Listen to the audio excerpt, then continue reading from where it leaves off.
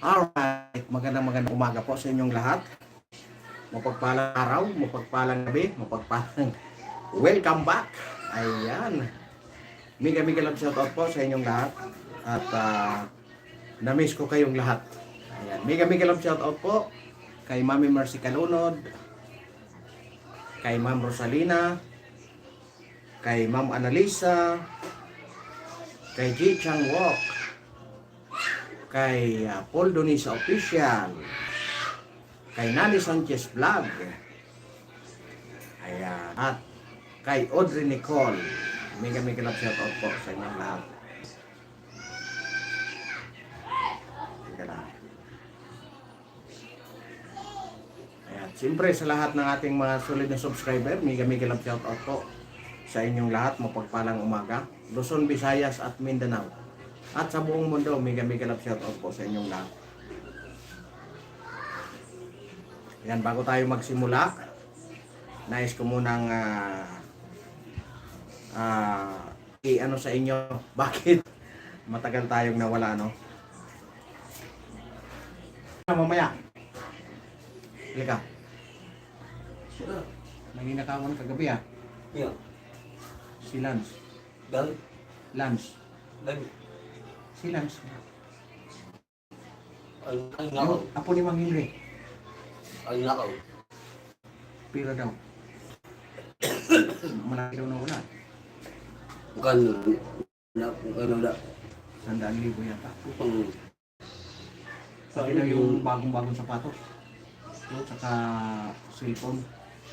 ano? Sige, mamaya. Abangan natin yung ano dyan. Kung sino ang matikas. Ano yun? Ah. Okay guys. Wala yan. Basura yan. Basura lang ang hanap buhay niya.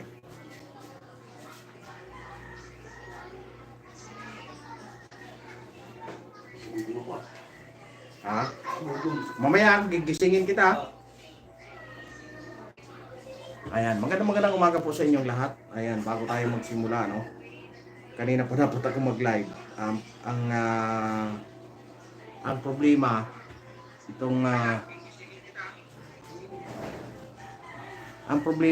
itong may ano naman po dito sa samahan. Kagabi may pinasok na naman, ano. May pinasok na naman kagabi na ano dito, talagang gabi na. Talamak na ngayon.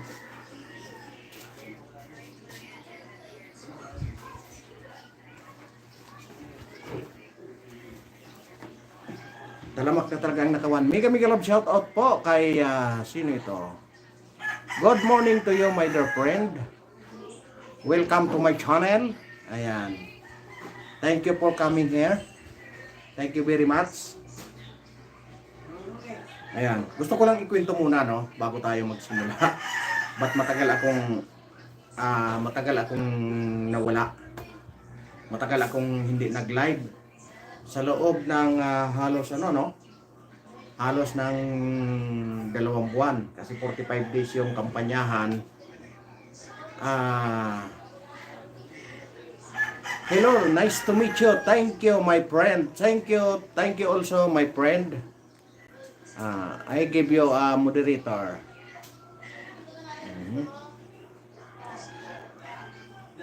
Ayan. Thank you, my friend. Thank you, my dear friend. Thank you for coming here to my live stream. Ayan. I hope you enjoy. Ayun nga, i-ano ko muna. Matagal ang naging bakbakan kasi ang kinalaban namin dito. Ang ginalaban po nung aming manok ay talagang masasabi natin na higante. Giant, kumbaga. Giant ang kinalaban namin nung itong last election, ano. Kaya medyo talagang tinutukan namin. Kasi itong lugar namin ay baluarte ng kalaban. Kaya talagang naging tinutukan namin kung paano pero sa bandang huli tayo po ay nagwagi, kaya panalo po yung ating manok. Yun nga lang, malungkot man na matagal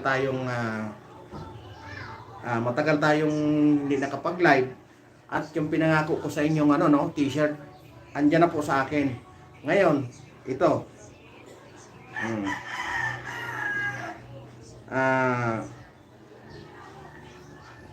Pag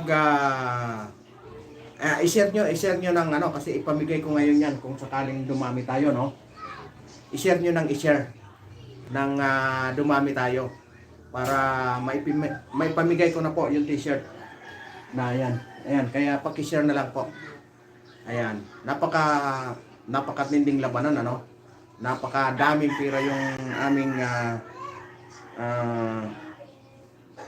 napakadaming pira yung aming kalaban, pero ginabayan tayo ng puong may kapal, ginabayan tayo kung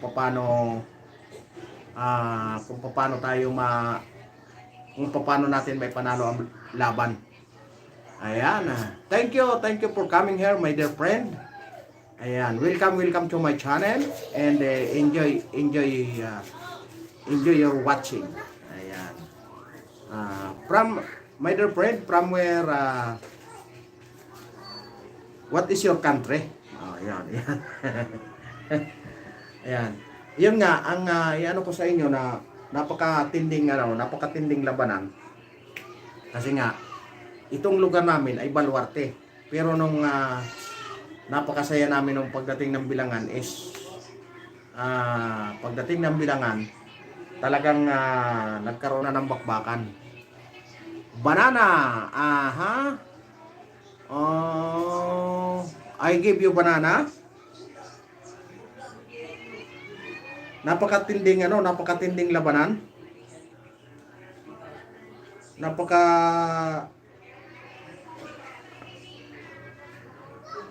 Napakatinding labanan nung nangyaring itong last election, kasi nga itong lugar namin ay talagang baluarte nung talagang napakaraming pira. Masasabi ko sa inyo na parang hindi na uubos yung pira nila. Kasi gabi-gabi. Pero sa awa ng Diyos, talagang ginabayan kami. Walang labanan na pira, walang as in kami tubig tinapay, samantalang sa kanila Jollibee, burger, lahat na andyan sa kanilang sa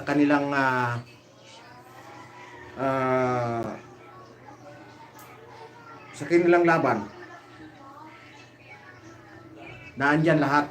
Kaya nga napaka swerte namin kasi tubig at saka inipit lang ang aming panlaban sa kanila. Pero sa bandang huli, tayo po ay nanalo. Kaya maraming salamat sa lahat. Sa lahat ng mga sumuporta, maraming salamat. Paki-share muna po ng ating live para maipamigay ko na po yung t-shirt. Ayan, napakaganda di ba? Ang ganda ng t-shirt na ito. Napakaganda ng damit. Pakaganda. Kaya i-share nyo, may pamigay natin ngayon itong araw na ito. Mag-comment kayo dyan, mag-comment at i-share nyo para malaman, makita ko kung sino dapat natin bigyan. Yun. Doon na tayo sa bago tayo malayo, dito na tayo sa unahin muna natin itong reconciliation, unahin muna natin itong reconciliation ng inaalok ng Pangulong Marcos. Alam nyo, yung reconciliation na yan, napakaganda. Pasok. Napakaganda ng reconciliation. Alam nyo kung bakit? Tapos na ang eleksyon. Ang problema, paano ka makipag-reconciliation na kumbaga dinurog mo na, inapak-apakan mo pa, tapos ngayon sasabihin i-open mo ang reconciliation. Di ba? Okay lang sana kung ginawa mo sa eleksyon lang. Ginawa nyo sa tao, pinakulong nyo. In-impeach nyo. Di ba? Isipin mo yun, 32 million na bumuto. Di ba? O sabihin na natin 50%, 15 million, 16 million. 16 million ang sinaktan nyo eh. Reconciliation, dapat, ang sinasabing reconciliation, dapat nanggagaling sa puso. Ayan. Thank you, my dear friend. I'll give you one banana, pero, but, at the end of the live stream, I give you banana also. Di ba? Ang reconciliation kasi, pag sinasabi nating reconciliation, dapat hindi ka nanakit. No? Totoo, ang eleksyon talaga, nagkakasakitan. Eleksyon yan eh. Natural yun. Kumbaga, labasan kayo ng labasan kayo ng inyong prinsipyo, ng inyong pinaglalaban. Kung paano nyo maipanalo yung inyong pinaglalaban. Kung paano nyo mapaniwala yung tao. Pero sa ginawa nyong, ang dami nyo sinaktan eh. Kung kailan kumalat na, kumbaga sa pandemya, ibig sabihin, kumbaga sa sakit, kung kailan malala na, saka ka tumawag ng reconciliation. Pasok. Ang masama pa doon, nagsalita ka ng reconciliation ngayong araw na ito, kinabukasan, iba yung iniiko ng tagapagsalita. Di ba? Pag sinabing reconciliation, dapat reconciliation. Di ba? Oh. Pag sinabing reconciliation, tapos lahat. Burahin lahat yung mga nangyari. Ang problema, kinabukasan, iba na naman yung salita eh. Di ba? Ay, mag-comment kayo dyan ha, kasi gusto ko nang ipamigay ngayon yung t-shirt. Pag walang comment, paano kung may pamigay? Mag-comment kayo dyan para maipamigay ko yung t-shirt. Kukuha lang ako tubig.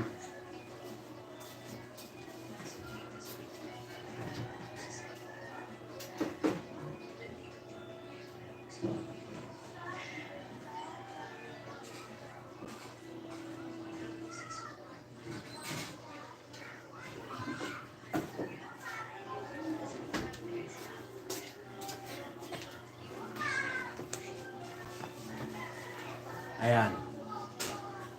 Ay, Audrey, kumusta? Good morning. Good morning po sa inyong lahat. Di ba? Paano natin masasabi ang reconciliation? Eh, iba yung iniiko ng tagapagsalita. Nag-reconciliation yung yung tatay, tapos yung mga alipores, yung mga alipores, sama ng loob ang nilalabas. Di ba? Oh. Kaya dapat lang na dapat lang talaga na tama itong ginawa ni BBM na courtesy resignation. Eh ang problema, ang tinarget, dadalawang tao lang. Tapos yung yung malapit pa sa mga hinihingi ng reconciliation. Ay, anak ng baka. Morning na ba sa inyo? Filipino boy. Ayan, good morning Filipino boy. Ay, maraming salamat sa inyong lahat. Filipino boy. Ibigay mo yung ibigay mo yung address mo, pangalan at contact number. Nanalo ka sa akin ng isang t-shirt. Ayan. At ito si Audrey, panalo na ito eh. Ay, mag-comment kayo dyan. I-share nyo rin at comment kayo dyan. Ayan, si Filipino boy ay nanalo po ng isang t-shirt. Ayan, padalang kita ng t-shirt Filipino boy. Bigay mo yung mo, contact number. Ayan, i-screenshot ko. Exact address, contact number, at saka yung totoo mong pangalan ha. Baka hindi mahanap nung mag-deliver sa'yo. Ayan. At saka si Audrey Nicole. Good morning sa inyong lahat. Sige, kayo ang tatanungin ko. I-comment nyo dyan. Huwag mo ko imarites, kuya. Kuya, matutulog na nga ako. Basta alam mo address ko. Nabura na nga, pambira ka. Di bali, tawagan na lang kita. I-comment nyo dyan. Paano nyo masasabing ang reconciliation? Paano nyo masasabi kung totoo ang reconciliation? Kung iba naman yung sinasabi ng mga alipures. Di ba? May reconciliation bang ganon? Di ba? Kasi ang alam ko, pag sinabing reconciliation, anuman ang pinagdaanan lahat, dapat i-giveaway mo yun eh. Para magiging makatotohanan yung iyong reconciliation. Ang problema, naandyan yung impeachment, pinakulong nyo yung matanda. Di ba? Paano kayo magkaroon ng reconciliation?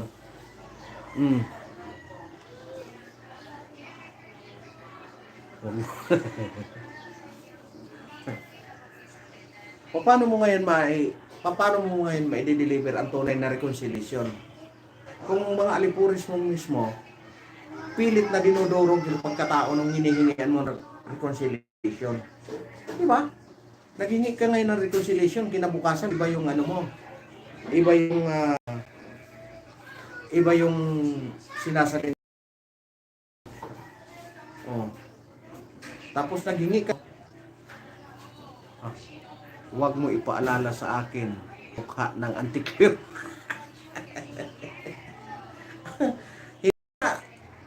Hindi ko alam kung natsugi pa. Nasibak ba or ano. Pero sa tingin ko hindi sisibakin yun kasi yun ang ano eh. Alter ego yan eh. Ayan, good morning kay my dear friend. Audrey, bigyan mo nga ng maraming saging ito si ano. Si bago nating kaibigan. Ayan, yung Korean ano na parehas kayo ng ano eh, parehas kayo ng pangalan, bigyan mo na lang bigyan mo ng maraming saging. Mamaya bigyan ko siya ng ano, 10. Naghingi ng saging eh. Paglutuan mo na lang mga 10 piraso saging.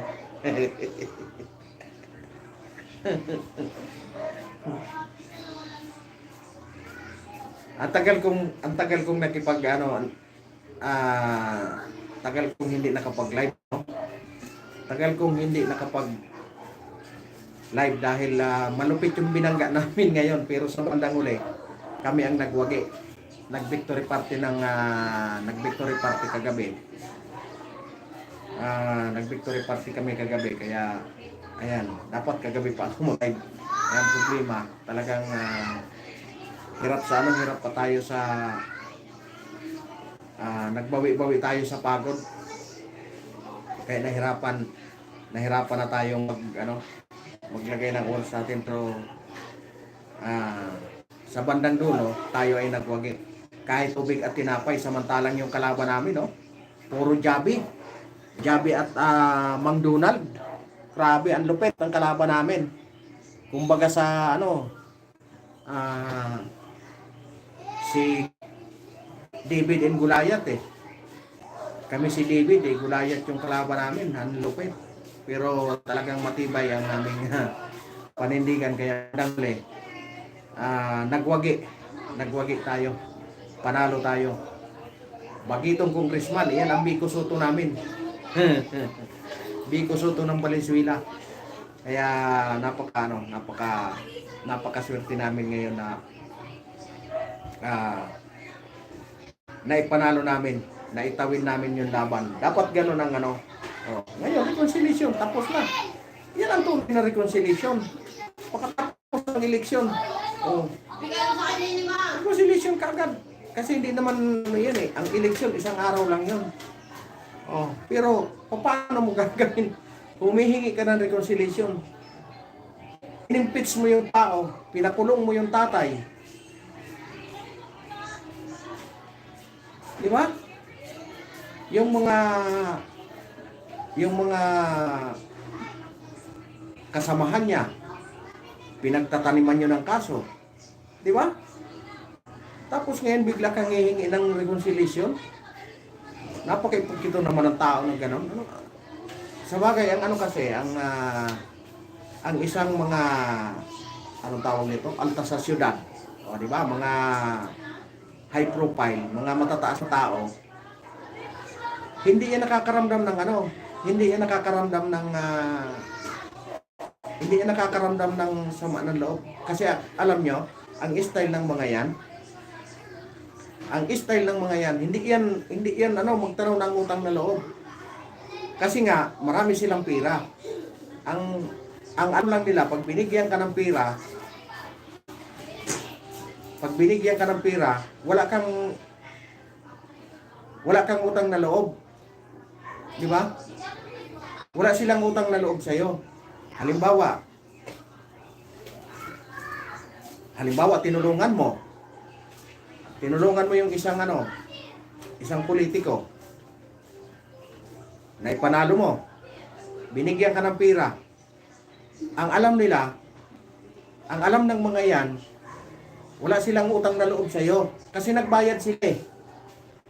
Yan ang mga mindset ng mga alta sa syudad. Yan ang mga mindset niyan. Pag nagbayad sila, akala nila wala na silang utang na loob sa'yo. Kaya tingnan mo ang ginagawa nila. Hindi nila alam ang tunay na reconciliation. Dapat, pag ikaw ay humihingi ng reconciliation,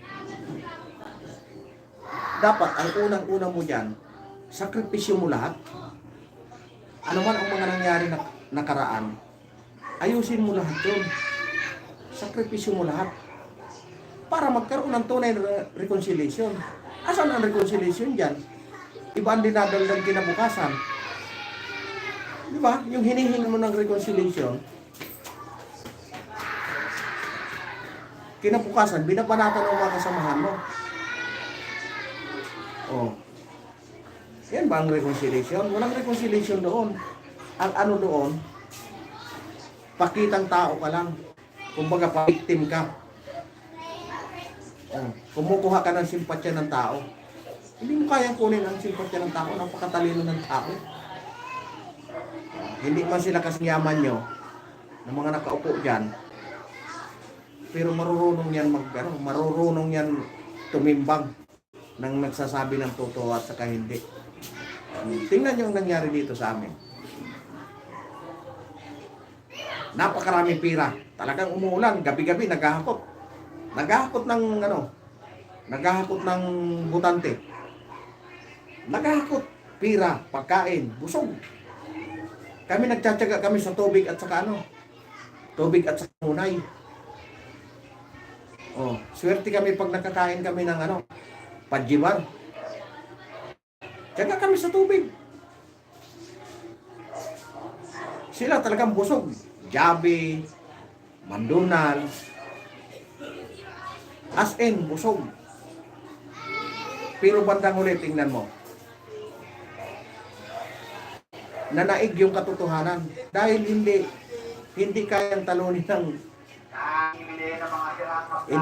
talunin ng katotohanan ang kasinungalingan. Hindi kayang itago ng kasinungalingan ang katotohanan. Ilalabas at ilalabas yan.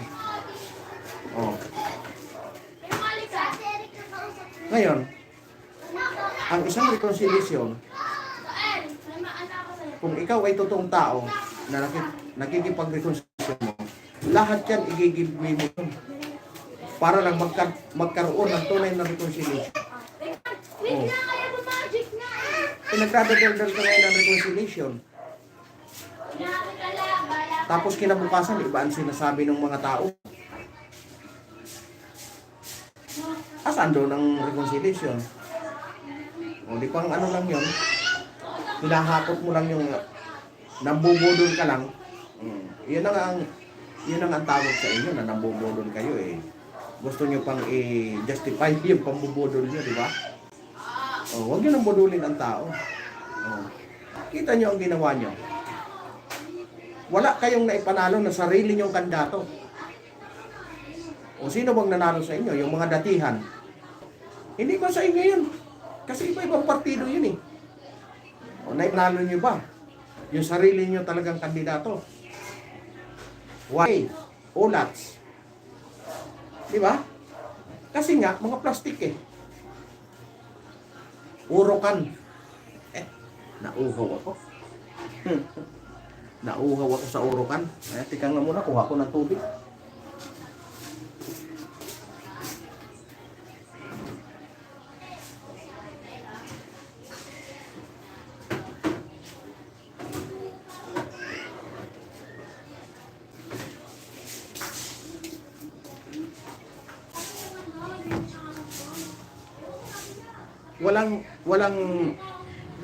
Walang mangyayaring reconciliation pag walang mag-giveaway. Oh. Mananawagan ka ng reconciliation. Tapos ang mangyayari, ang mag-giveaway yung ginipit nyo, yung pinahirapan nyo. Parang yun pa ang yun pa ang gusto nyong mangyari.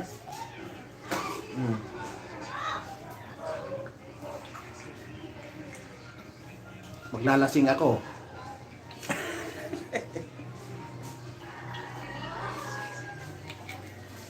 Di ba?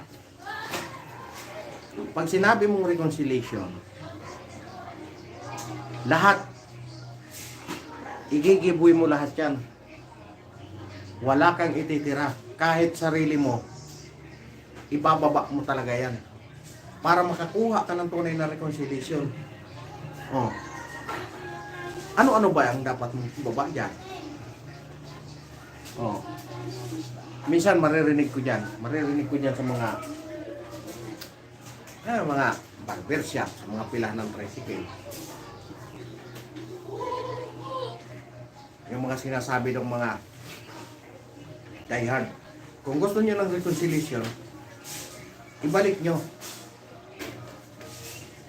si Duterte dito sa Pilipinas. Di ba? Siyempre, nasaktan yung tao eh. Nasaktan niyo yung mga taga-suporta niya. Oh. Ngayon, humingi ka ng reconciliation, ay ibigay mo. Di ba? Kasi isa iyan sa patunay na ikaw ay totoo sa iyong mga sinasabi. Di ba? Walang duda, wala tayong pag-uusapan. Pag sinabi mong reconciliation, ibibigay mo lahat yan. Dahil ikaw ang ikaw ang pinuno, ikaw ang isang salita mo lang yan eh, isang pitik mo lang yan eh. Mangyayari ang lahat na yan eh. Kasi ikaw ang pinakamataas eh. Oh. Pero kung salita ka ngayon, iba naman bukas, ay nabubudol ka lang sa tao. Di ba? Kaya tingnan mo ang nangyari sa'yo. Ilan ang pinatakbo mo na sarili mong produce? Wala. Nga ang inabot. Oh, hindi man lang nakakikig. Di ba? Yung hindi nakaupo, tingnan mo ang pinanalo. Di ba? May pinanalo. Oh. Tingnan mo, sa sarili mo mismong kaalyado, iniiwan kayo kasi nakikita na hindi kayo sincero eh. Di ba?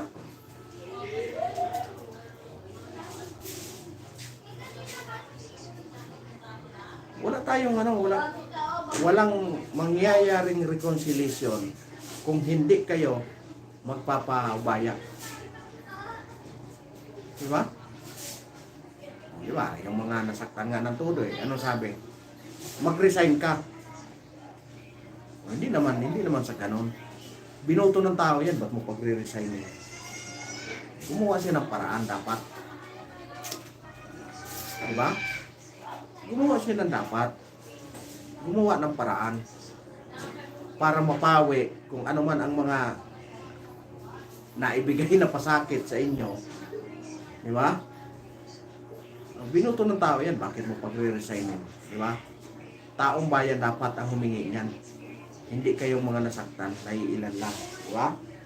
Hindi naman ako pabor yan kasi binoto ng tao yan eh. Pero kung yung sinasabi niyang reconciliation, maniwala kayo. Pag sinabing reconciliation,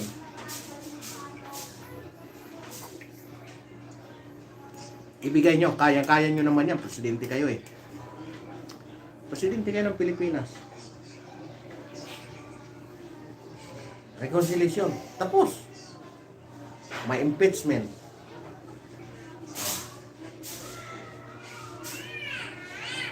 Kasi nga, hihingi kayo ng reconciliation.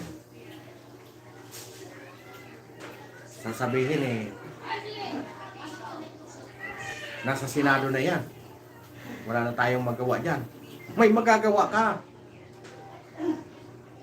Sa'yo nga yung Senate President eh. Oh, kita mong inano nga ng Senado yung pinalabas ng Senate President. Kasi nga, kalyado nyo. Di ba? Kaya nga, sa lahat ng bagay, nagbabago yan. Pag ang Presidente nag-utos, nagbabago ang lahat yan. Magbabago ang lahat. Oh.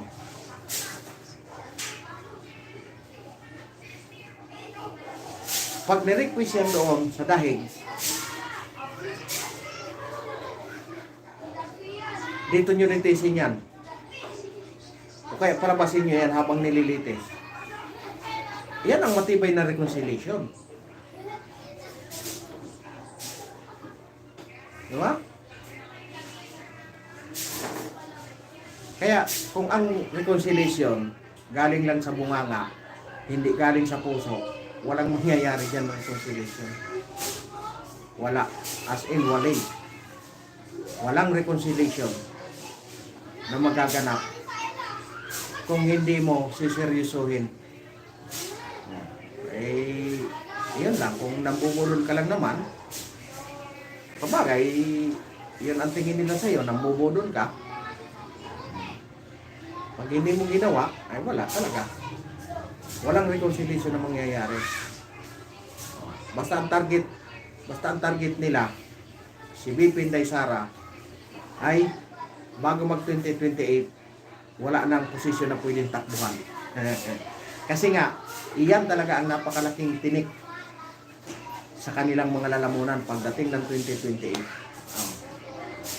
Nakikita nyo ngayon yung panibagong survey na trust rating? Naku po, napakalayo.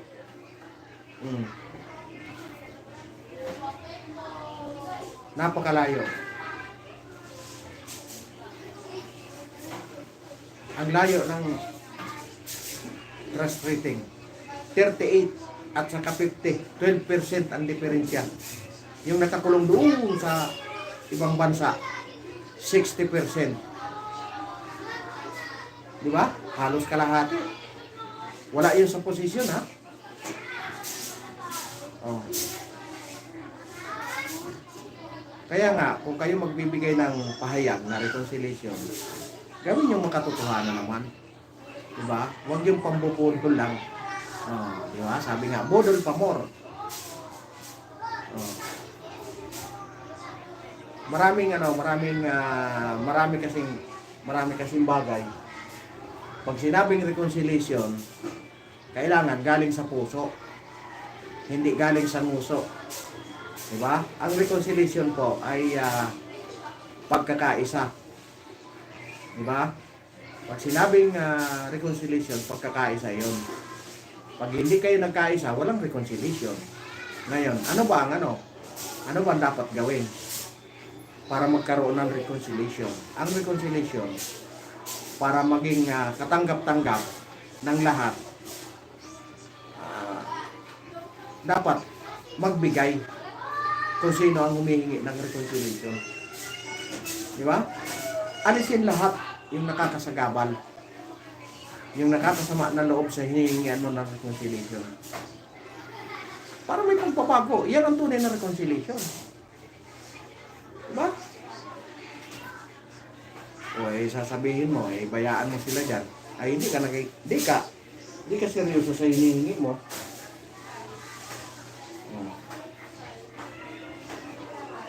Di ba? Maraming mga pagkakataon. Maraming mga pagkakataon. Katulad dito sa amin, dito sa homeowners. Maraming mga pagbabago kami na ginawa. Maraming nasaktan. Siyempre, iyan ang nakasanayan nila eh.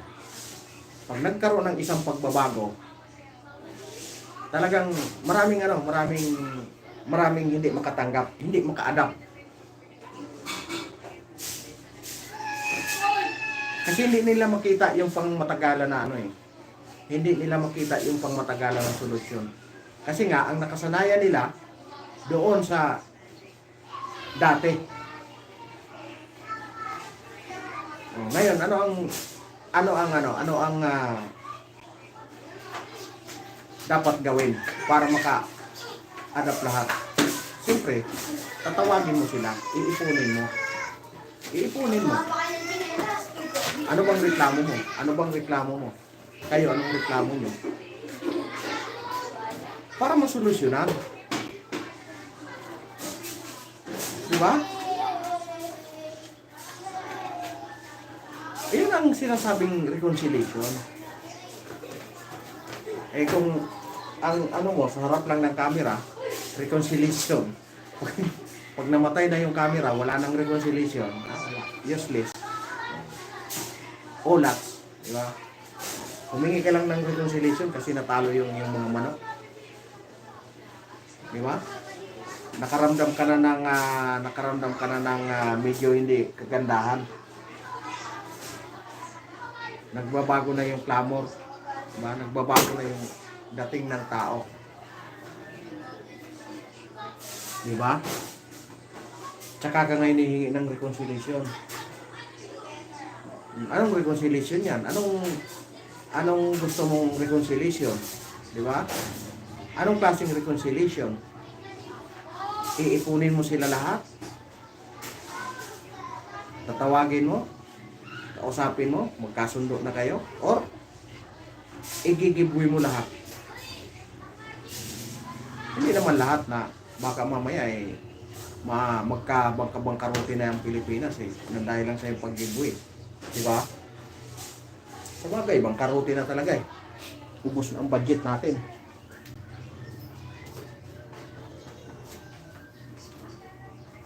Diba? Marami nang napakarami nang nangyari. Unang-una yung PhilHealth, PDIC. Marami nang nasayang na pera ng Pilipinas. No? Yung ayuda hindi naman nasayang, pero maraming sumuman loob. Kasi nung binaba nyo, namili yung mga kapitan, yung kanila lang malalapit sa kawali, ayan, maraming nasaktan siyempre. Di ba? Pinasama nyo lang yung loob ng tao. Di ba? Kaya pag sinabing reconciliation, gumawa ka ng paraan. Sa inyo naman reconciliation sa harap lang ng camera. Pag wala na sa harap, iba na sinasabi. Kita nyo yan. Nananawagan kayo ng reconciliation. Kinabukasan, anong sabi ng yung taga-iko? yung kanilang parot. Ano yan? Yung spokesperson pala. Iba na naman ang sinasabi. Saan ang reconciliation? Dapat pag sinabi ng presidente na reconciliation, dapat yan ang iiko ng kanilang spokesperson. Iyan dapat ang sasabihin. I-detalye mo anong klaseng reconciliation ba yan? Paano ba gagawin yan?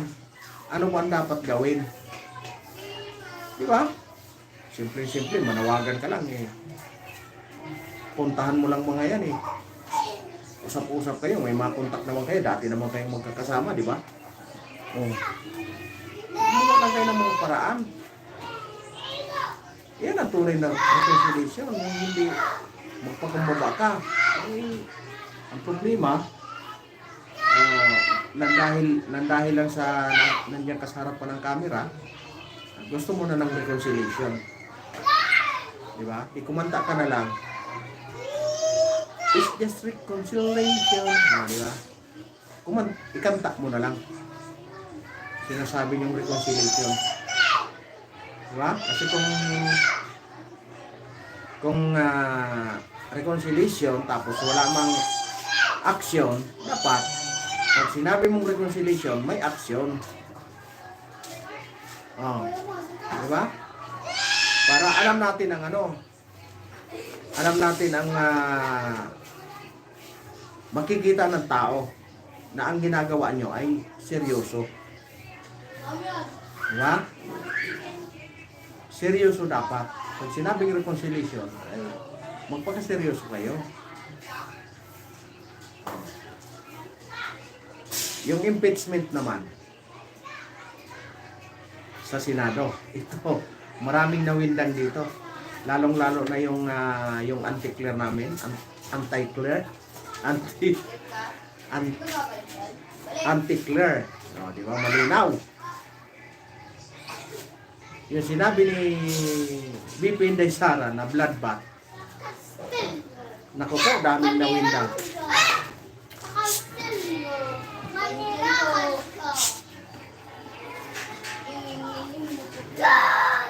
Yung sinabi ni BP Inday Sara na bloodbath. Sabi mo huwag maingay.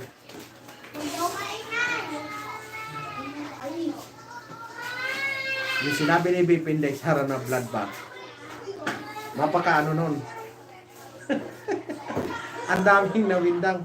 Parang ang nila makikipaggera si parang gugurgur ng tao na yung magkakalat ang ginurgor. Oh, grabe naman na makaano ito si Anti-Clear. Grabe, ang lupit. Bloodbath, ibig sabihin, madugong labanan. Makikipagbakbakan, ibig sabihin, makikipagtagisan ng talino. Makikipaglaban sa katalinuhan. Hindi yun ito. Ay, nako. Daming nawindang. Bloodbath daw. Oh, hindi daw dapat ganyan ang salita ng isang hindi daw dapat ganyan ang salita ng isang presidente na madugong. Ay, nakakaano. Ay mo po kung saan ang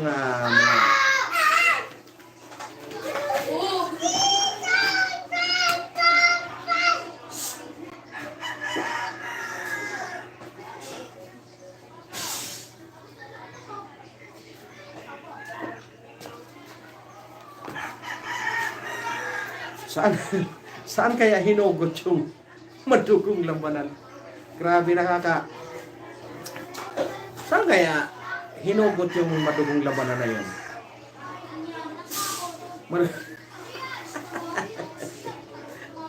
Parang magkikipag-gira ba na dadanak ng babaha ng ibig sabihin babaha ng katalinuhan, dadanak ng katalinuhan pagdating sa impeachment. Kaya ready na sila. Oh. Ready na sila, maraming mapapahiya dahil ilalabas na yung kanilang ilalabas na yung kanilang mga tinatagong mga ebidensya. Iyan ang ibig sabihin, kaya sinasabing madugong labanan. Ay nako. Ang hirap talaga ng tama yung sinabi ni BBM na inutusan lang bumili ng suka. Ayan na, may COC na. Ayan, inutusan lang bumili ng suka. Ayun, naging spokesperson na. Kaya nalunod sa kapangyarihan, biglang nalunod sa kapangyarihan, hindi na maintindihan kung ano sinasabi. Nakakawindang yung kanilang mga revelasyon pagdating sa bloodbath. Ay nako. Pero ang impeachment, ang diyan, marami nang nagpahayag.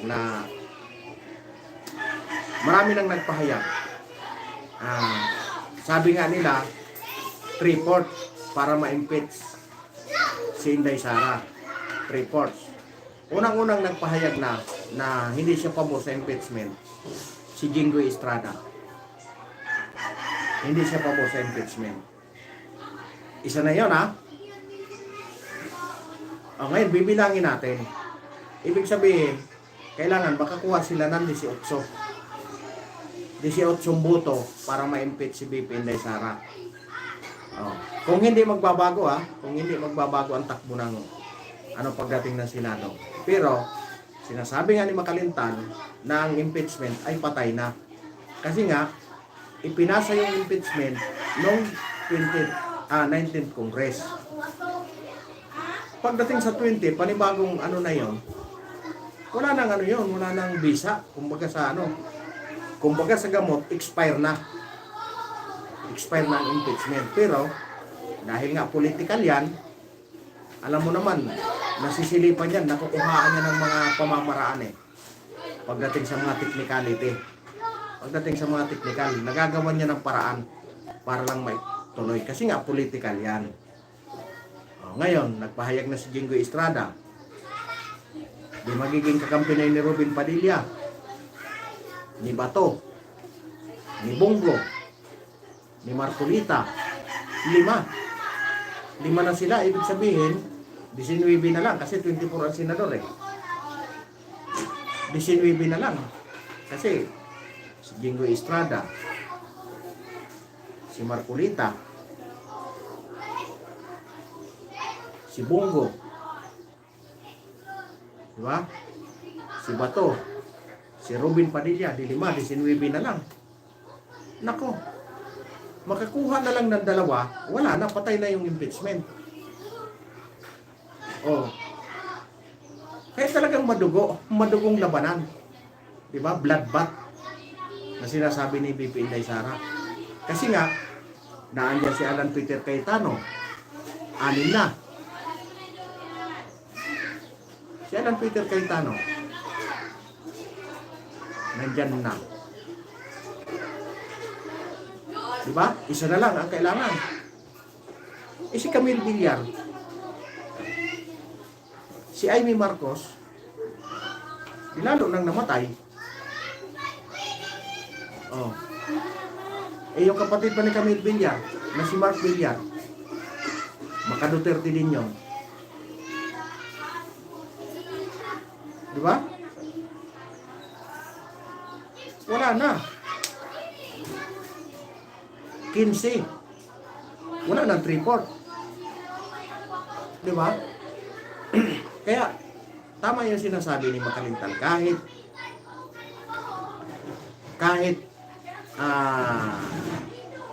Kahit ituloy yung patay na yung impeachment.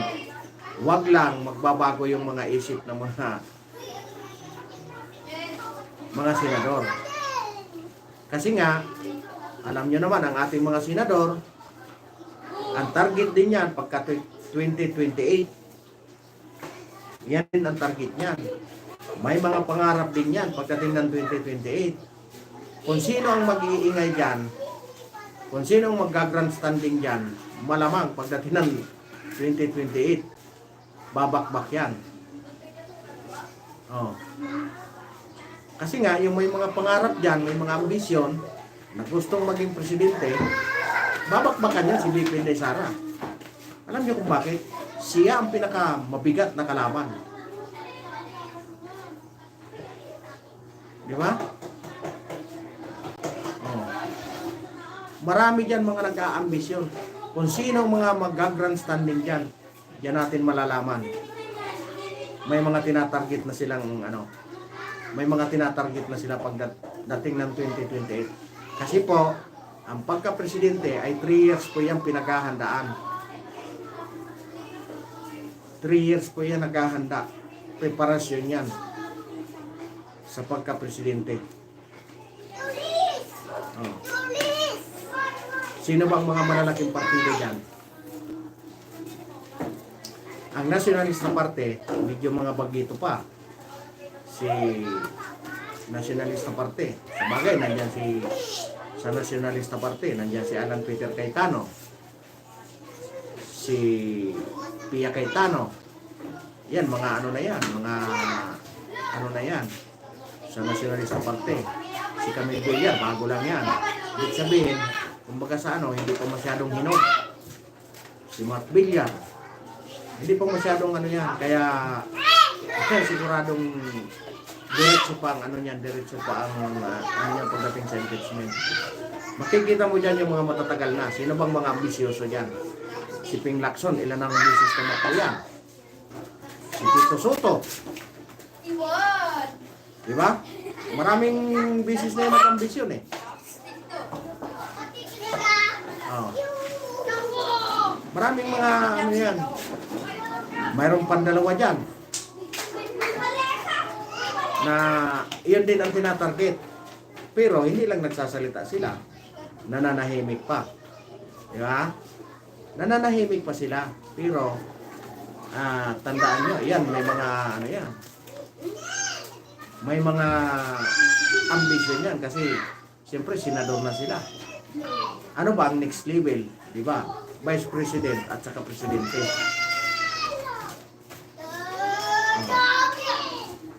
Mamimili na lang sila doon sa dalawa kasi nandyan na sila sa Senado eh. Kung kakayanin nila, abay, Presidente na. O kaya Vice Presidente. Sinong malalaking partido dyan? Nationalista Party, malaking partido yan. PDP Laban, partido yan, malaking partido yan. Pero hindi nyo maano yan kasi si VP Inday Sara ay may sariling partido yan. Kung matatandaan nyo, yung hukpong ng pagbabago, napakaraming membro yan. Kaso lang, napakaraming membrong balimbing. Oh, daming balimbing na mga gobernador, congressman. Tingin ko baka mga mayor, baka hindi pa masyadong balimbing. Oh, ang ano lang doon, yung talagang kung sino ang mga loyal. Kaya nga, kung sino ang mga matataas ang ambisyon dyan, sigurado yan. Pagdating ng 2028, yan ang makakalaban. Hindi man matanggal si VP Inday Sara, maramang makikipag-line up yan or kakalabanin si VP Inday Sara. Diba? Yan ang mga posibilidad pagdating ng impeachment. Kung sino ang may mga yan ang mga grandstanding.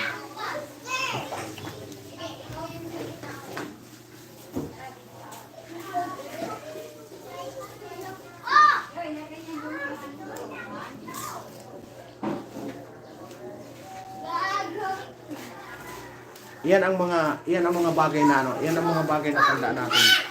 Kung sino matitibay na mag-grandstanding diyan. Tingnan niyo noon si Dick Gordon. Ang dami niyang membro. Napakaraming membro ng Blue Ribbon Committee pero pakyaw niya lahat, sa kanya lahat ng salita. Diba? Yan ang pinaka umpisa ng labanan pagdating ng 2028. Kasi nga, yung mga ambisyon ng mga politiko,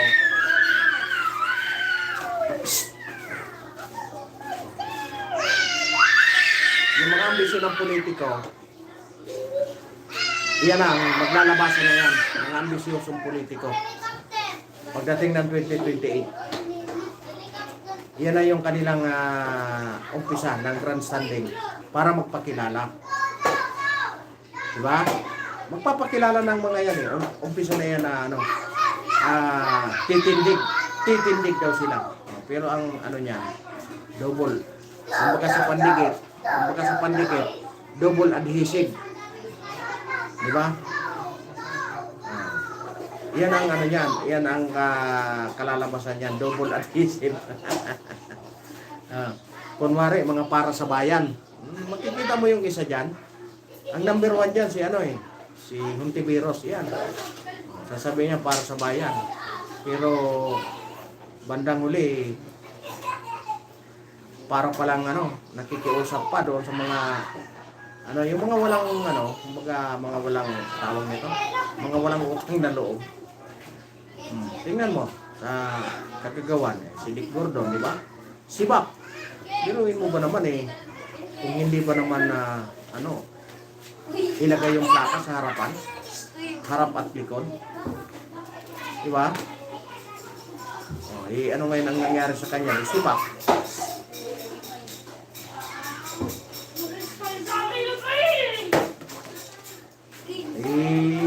Tanggal siya. Nawala yung pangarap niya. Kasi pangarap talaga ni Dick Gordon noon, maging presidente rin eh. Anong ginawa niya? Puro grandstanding. Sige, wala na siyang mga membro. Siya na lang lahat.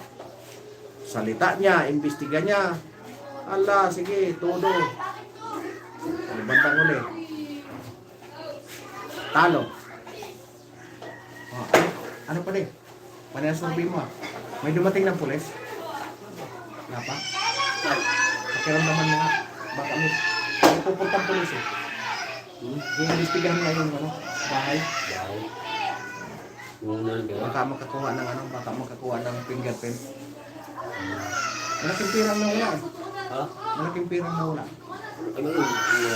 Siguro kung lahat mga 130, mga 150. Kasi yung sapatos daw, 12,000 yun. Gusto yung mga ano. Ha? Buglag yung pera.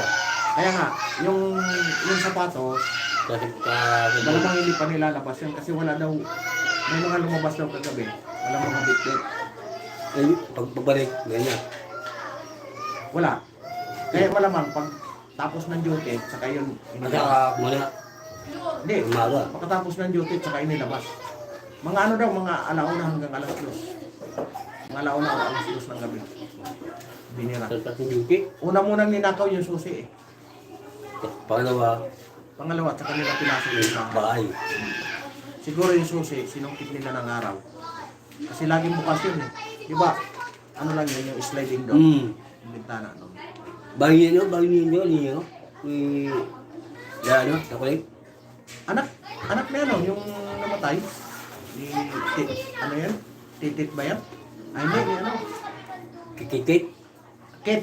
Kit. Kaya nga, yung babae. Oo, anak mo. Ako yun. Sila. Marami tato. Marote. Bukyo. Hindi, ang sapatos niya daw, 28 piraso. Kasi yung pera, wala baan. Oo. Sa cellphone, Tapos cellphone na iPhone Max. tumbak. Oo. Malaan mo pa. 28 daw yung sapatos niya. Ang kinuha lang yung isa, yung pinakabago. Bagong bili. Hindi pa rin nagagamit yun eh. Yung bago mo yung Ang tagusin yun. Siguro yung light yun. Yung malamig yun. Ha? Malamig. Mahal. Oo. Mahal. Mahal talaga. Bakit sa building, maraming doble. Oh, wait ka muna dito. Di, pagkakantahin kita, halika. Kaibigan tayo eh. Halika. May papakilala ko sa inyo. Malupit ito sa kantahan. Halika muna. Malakas lang loob mo pag lasing ka eh. Halika dito, pakita lang kita. Laki? Ha? Laki. Yan, napakagwapo pa naman yan. Ano ba ka? Hindi ka makita eh. Yan. Napakagwapo pa naman. Tapos pagdating yan sa kantahan, anong paborito mo? Ha? Paborito mo kanta? Ang balang. Bigoy? Oo. Yung ano, yung alam mo ba? Yun, bata yun. Alam mo ba? Mahal kita. Palakingan yan. Ha? Palakingan. Panlasingan ba? Alam mo ba? Mahal kita. Hindi, yung viral, yun yung ano eh, yun yung kinanta niya, yung viral na ano. Yung viral na sa TikTok. Alam mo ba? Yung kasama niya yung Amerikano. Alam mo ba? Mahal kita. Ganyan pa siya eh. Ay, naka-isang oras na pala ito. Naka-isang oras na.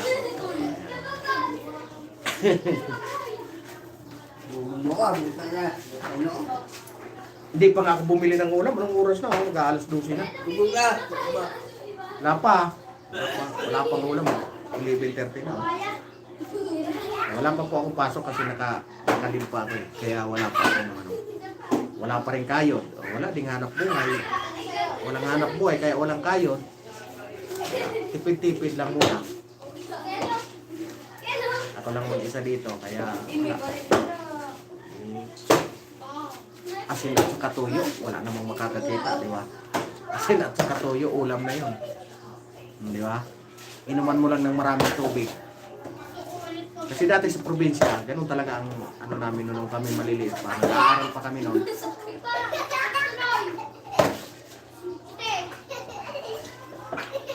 Asin at saka tuyo lang. Ulam na yun. Talo-talo na. Minsan, yung nyog na kinayod, sarap din yun. Pipigay namin yan sa kanin na mainit. Tapos, ayan, lagyan na ng konting chili, pigaan. Ayos na yun. Konting asin. Talo-talo na. Ganun talaga ang buhay sa amin. Para ma-survive mo yung araw-araw. Noong araw, pag taghirap nung araw, di ba, taghirap, mga ganito, May hanggang July, taghirap yan, walang gaanong ani. Yung kamuting kahoy, magugulay lang kami niya ng magugulay lang kami ng laing na may sili. Yan, solve na, magdamag na. Tapos na, kaya sa probinsya napaka-healthy talaga ng napaka-healthy ng mga pagkain. Nandoon pa kayo sa gilid ng palayan, di ba? Kasi taniman pa lang yun, mga junjo lang eh, taghirap mo. Kaya grabe talaga ang Buti nga ngayon marami ng pamamaraan lalong-lalo na dito sa Manila. Pero hindi ka dito makagawa ng paraan pag wala kang pambili. Maraming klase na. Dito may sardinas na. Yung sa probinsya wala kang kasi ang kapitbahay mo doon maglakad ka muna ng mga 20 kilometro bago ka magkaroon ng kapitbahay. Kasi doon malalaki ang lupain maglakad ka muna ng 20 kilometro para makarating ka doon sa kapitbahay, makahingi ka ng asin. Diba? Kasi doon hindi naman hirap ang ang mantika hindi hirap doon kasi kukuha ka lang niyog, gagawin mong mantika. Diba? Kaya hindi hirap doon sa probinsya. Magtanim ka lang ng talbos ng kamote, may tatalbosan ka na. Tanim ka ng kamuting kahoy. Yun lang talaga ang hirap doon, ang pinansyal. No? Kaya nga, hanggang ngayon, ganun pa rin ang sistema. No? Kaya napakaswerte ng probinsya na masipag ang nakaupo na politiko, mayor. Napakaswerte ng mga nakaupo. Kasi nga, ang ginagawa nila, tatawagin yung mga nandoon sa kabundukan na mga magtatanim ng kamote, palay, nagkakaroon ng mga katulad ngayon. Sa bandang Sorsogon, may mga libreng abono. Depende kasi sa namumuno Depende sa namumuno, hindi ko alam. Pero sa Sorsogon, may libre silang abono. Tapos, pag ani mo, halimbawa magandang ani mo, magbibigay ka lang ng konting magbibigay ka lang ng konting ani para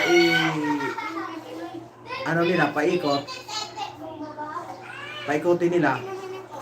Yan. Makabili ulit sila ng maraming abono.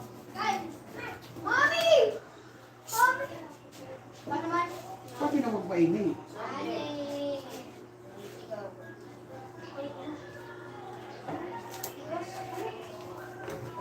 Kaya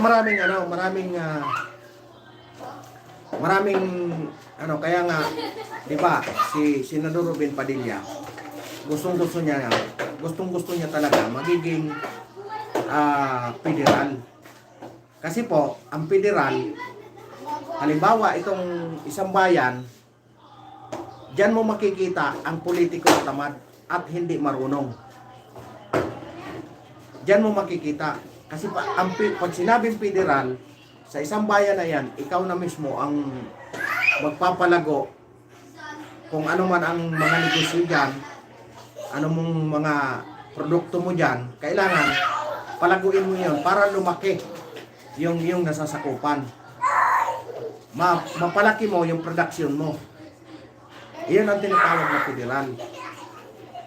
Eh, ang problema, hindi pa naman sinusuportahan ng mga kasamahan, pero sa tao, talagang marami ng ano. Halimbawa, itong lugar, munisipyo dito, isang munisipyo, ano ba ang ano niyan? Ano ba ang kanilang production diyan? Halimbawa, okra. Oh, yung sa pagdating sa tanim, palay, mais, kamuting kahoy. Paano mo ngayon yun ma-produce na mapalaki? Di ba? Kasi nga, naandyan ang national government, nakaalalay lang yan sa'yo. Pag hindi mo pa kaya, aalalayan ka muna nila. Ngayon, pag kaya mo na, binitawan ka na yan. Kumbaga, kukurot na lang yung national government sa'yo. Doon makikita kung sino ang tamad at hindi marunong na politiko. Di ba? Makita mo napakarami dyan, napakarami pang dito sa Pilipinas, maraming potensyal na pwedeng maging pero dahil nga hindi marunong yung mga politiko, ay hindi rin naman natin masabi na talagang hindi marunong, talagang tamad lang, napapabayaan. Kita nyo doon sa lugar namin, pumunta kayo sa mga kabundukan.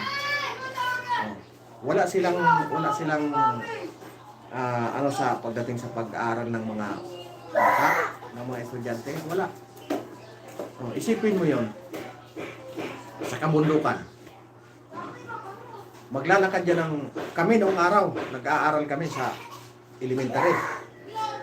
Maglalakad kami ng 1 oras kalahati para lang makarating sa eskwelahan. 1 oras kalahati, makarating sa eskwelahan. Kung walang tiyaga yung mga bata, wala. Pero makikita mo yan. Makikita mo doon yung mga matitiyaga. Makikita mo doon. Ang baon nila, kamote. Swerte na kung sa loob ng 1 linggo, makabaon ng kanin yung estudyante. Pero makikita mo, nagsusumikap talaga yung mga bata. Kulang lang sa tuktok ng gobyerno. Kulang lang sa suporta sa gobyerno. Hindi ko alam kung kulang ang suporta galing sa nasyonal o kulang ang suporta ng gobyerno. Kahit ngayon, hanggang ngayon. Pero siyempre, hindi naman natin masabi kasi hindi natin alam ang kabuuan ng dyan. Siyempre, nakikita lang naman natin yun. Madali lang tayo magkomento. Pero, kung nakikita mo ng sitwasyon, baka may hirapan ka. Ganun talaga ang buhay. Yan, naka-1 oras na tayo. Maraming salamat po sa inyong lahat at sinamahan nyo na naman ako ngayong umaga na ito. Ay, walang nag-comment. Si Filipino Boy hindi nagbigay ng kanyang address. Paano kita mabigyan ng t-shirt? Abangan nyo sa susunod. Maraming salamat po kay Mami Mercy Calunod, kay Ma'am Salina, kay Ma'am Analisa, kay Pondonisha Official, kay Audrey Nicole. Yan, maraming salamat sa inyong lahat. Kay Nani Sanchez Vlog. Ayan. Maraming salamat po. Hanggang dito na lang. Mapagpalang umaga. At ingatan po tayo ng buong may kapal. Thank you very much.